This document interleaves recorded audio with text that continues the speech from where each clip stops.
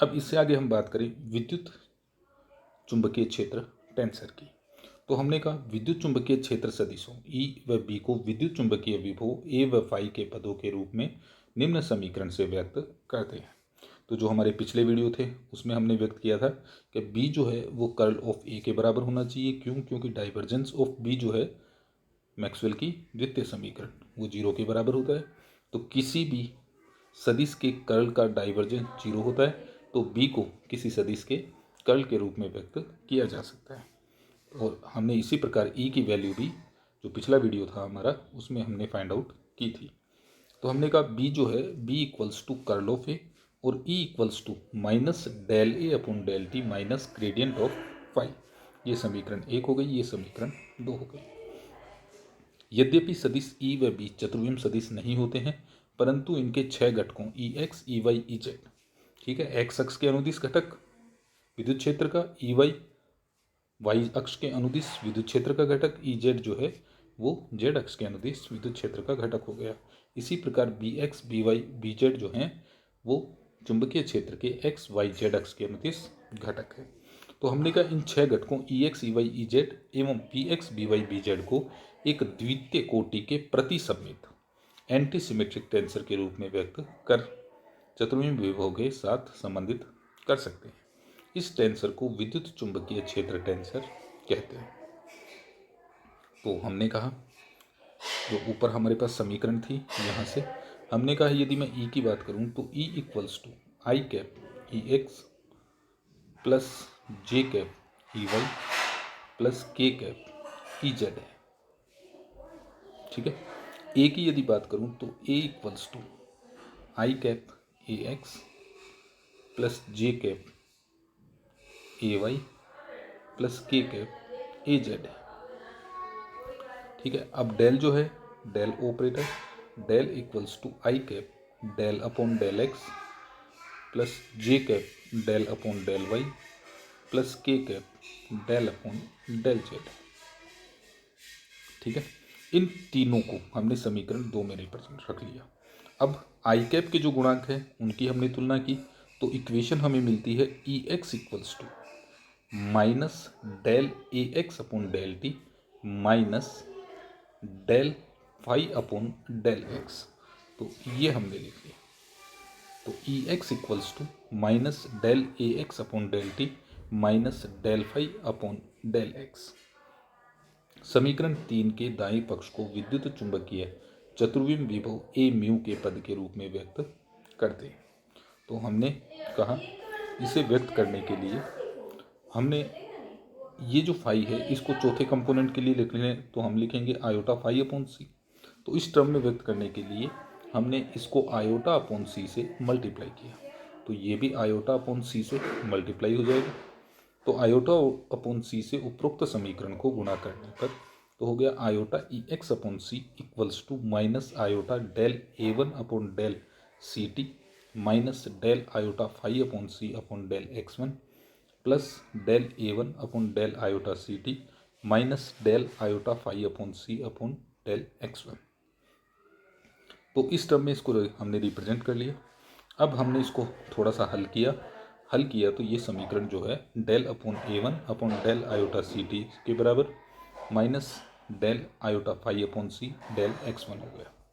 अब हम कहें ये जो है ये ए फोर के बराबर होगा, आयोटा सी टी जो है वो एक्स फोर के बराबर होगा। तो iota E x upon C equals to del A one upon del X four minus del A four upon del x one. इसी प्रकार हम iota E Y upon C equals to del A two upon del X four minus del A four upon X two समीकरण 5 तथा iota E Z upon C को हम लिख सकते हैं del A three upon del X four minus del A four upon del X three के term में लिख सकते हैं।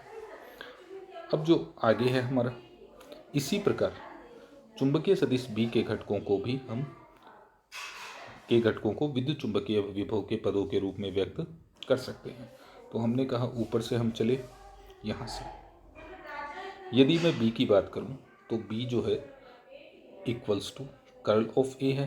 तो हमने कहा i cap j cap k cap. ठीक है। Del upon del x del upon del y upon del z. ठीक है, ये हो गया ए एक्स, ए वाई और ए जेड। ठीक, बी को मैं लिख सकता हूँ आई cap B x plus J cap B Y plus के कैप बी जेड। अब सबसे पहले मेरे को चाहिए बी एक्स, तो मैंने लिखा बी एक्स, तो आई कैप का मल्टीपल हो गया डेल अपॉन डेल वाई और मल्टीप्लाई ए थ्री, तो ये हो गया del A three upon del Y. इधर हो गया del A Y upon del z.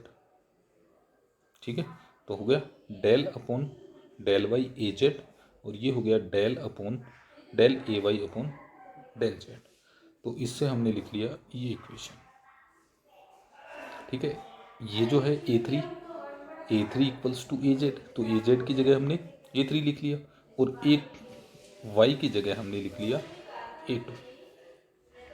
ठीक है, एक्स वन की जगह एक्स की जगह हमने एक्स वन लिख लिया, वाई की जगह एक्स टू और जेड की जगह एक्स थ्री। मतलब हमने इसको टेंसर फॉर्म में हमने इसको रिप्रेजेंट कर लिया। तो इससे हम सब निकाल सकते हैं, बी एक्स की वैल्यू हमने निकाल ली, बी वाई निकाल लिया और हमने बी जेड निकाल लिया। तो हमने कहा समीकरण 4, 5, 6, 7, 8 और 9। स्पष्ट है कि इन 6 समीकरणों 4 से लेकर 9 को केवल एक ही समीकरण के द्वारा व्यक्त किया जा सकता है, जो है F mu nu equals to del X nu upon del X mu minus del A mu upon del X mu, जहाँ mu equals to 1, 2, 3, 4, nu equals to 1, 2, 3, 4। तो हमने कहा सबसे पहले यदि बात करें इसकी वैल्यू, हम म्यू इक्वल्स टू 1 रखें और न्यू इक्वल्स टू 4 रखें। ठीक है, तो वैल्यू हमें मिलती है F14 equals to minus iota E x upon सी।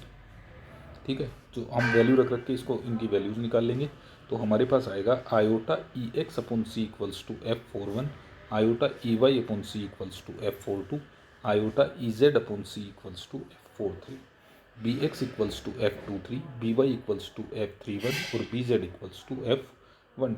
साथ ही F mu nu equals to minus F nu mu. तो इससे हमें पता चलता है कि जो हमारा मैट्रिक्स है, जो टेंसर है, ये प्रतिसमित है। F mu mu equals to F nu nu equals to 0, और यहाँ दो टर्म है म्यू और न्यू, इसलिए ये द्वितीय कोटि का टेंसर हो गया। तो F mu nu equals to F11, F12, F13, F14, F22, F23, F21, F22, F23, F24, F31, F32, F33, F34, F41, F42, F43, F44। तो इनकी सबकी हम वैल्यू ऊपर से लिख लेते हैं। तो F11, F12, F13 और F14 ये सभी 0 के बराबर होंगे। ये हमने सबकी 0 लिख लिया।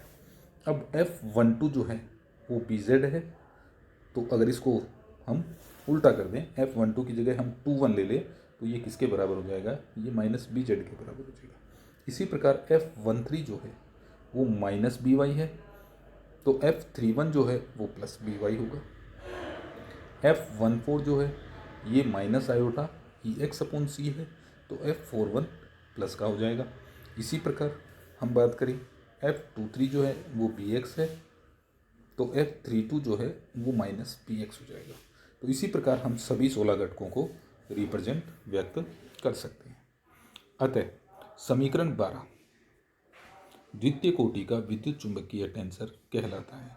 उदाहरणार्थ, यदि हमें ई वाई का मान ज्ञात करना है, तो समीकरण 12 से स्पष्ट है कि ई वाई जो है वो म्यू इक्वल्स टू 4 और म्यू इक्वल्स टू 2 पर आता है, या म्यू इक्वल्स टू 2 और न्यू इक्वल्स टू 4 के संगत राशियों से प्राप्त होगा। तो ई वाई हमें एक तो यहाँ से प्राप्त होगा और एक यहाँ से प्राप्त होगा। ये जो टर्म है ये F24 है, तो इसका मतलब म्यू इक्वल्स टू 2 और न्यू इक्वल्स टू 4 है। दूसरा हमें यहाँ से प्राप्त होगा, इसकी बात करें तो म्यू इक्वल्स टू 4 और न्यू इक्वल्स टू 2 है, तो ये वैल्यू हमने यहाँ रख ली। तो इसका मतलब F42 या F24 का मान रखने पर iota E Y upon C equals to del A2 upon del x4 minus del A4 upon del x2। ये हमारी समीकरण नंबर 13 होगी। इसी प्रकार हम दूसरे कंपोनेंट जो हैं वो भी इस समीकरण नंबर 12 से हम प्राप्त कर सकते हैं। ये जो समीकरण 12 है इससे प्राप्त कर सकते हैं।